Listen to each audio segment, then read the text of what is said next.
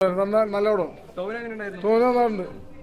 സാധാ പോലീസുകാരൻ്റെ നമ്മുടെ ബിജു ഒന്നില്ലേ, ആക്ഷൻ ബിജു, ആ പോലീസ്. കോമഡി അല്ല, ആ ഒരു സ്റ്റൈലില് കൊണ്ടുപോകണം. നന്നായിട്ടുണ്ട്. ആ അടിപൊളി. ടോവിനോ ആദ്യം മുതൽ അവസാനം വരെ ഒരേ ലെവലിൽ പോകുന്നുണ്ട്. നമ്മൾ കൽക്കിയിൽ കണ്ടൊരു ടോവിനോ ഇതിൽ കാണാൻ പറ്റില്ല. അതുകൊണ്ട് ഒരു മാസ് പ്രതീക്ഷിച്ച് ആരും തിയേറ്ററിൽ വരണ്ട, ഒരു ക്ലാസ് മൂവി പ്രതീക്ഷിച്ച് എല്ലാവർക്കും വരും. കേട്ടില്ല. കണ്ണൂർ സ്ക്വാഡ് ഏകദേശം അങ്ങനെ ഒരു ആ റേഞ്ചിൽ വരുന്നൊരു ഇൻവെസ്റ്റിഗേഷനാണ്. കൊള്ളാം, നല്ല മൂവി. അത്ര ത്രില്ലിംഗ് അല്ല, അവസാനം ഒരു ട്വിസ്റ്റ് കൊടുത്തിട്ടുണ്ട്, അത് വെറൈറ്റി ആയിട്ടുണ്ട്.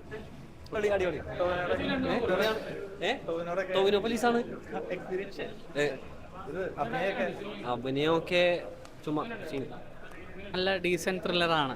നമുക്ക് എൻഗേജിങ് ആയിട്ട് അങ്ങ് പിടിച്ചിരുത്തുന്ന ത്രില്ലറാണ്. നല്ല രസമായിട്ട് എല്ലാവരും അഭിനയിച്ചിട്ടുണ്ട്. സിനിമാറ്റോഗ്രഫി നല്ല സിനിമാറ്റോഗ്രഫി ആയിരുന്നു. ആ ഫീൽ ഗുഡാണ്. കുറച്ച് കാലത്തിന് ശേഷം വന്ന ഡീസൻറ്റ് ഇൻവെസ്റ്റിഗേഷൻ ത്രില്ലറാണ്. ആ ബാക്ക്ഗ്രൗണ്ട് സ്കോർ നല്ലതാണ്, സിനിമാറ്റോഗ്രഫി നല്ലതാണ്, നല്ല രീതിക്ക് അവർ അഭിനയിച്ചിട്ടുണ്ട്. നല്ല രീതിയിലുള്ള ഒരു എൻ്റർടൈൻമെൻറ്റ് ത്രില്ലർ തന്നെയാണ്.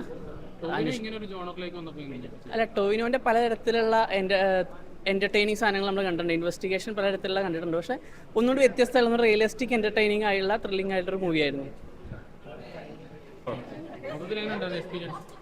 നോർമൽ ഒരു ത്രില്ലർ പടം. ടോവിനോ കുഴപ്പമില്ല, നല്ല നോർമൽ ആക്ടിങ്.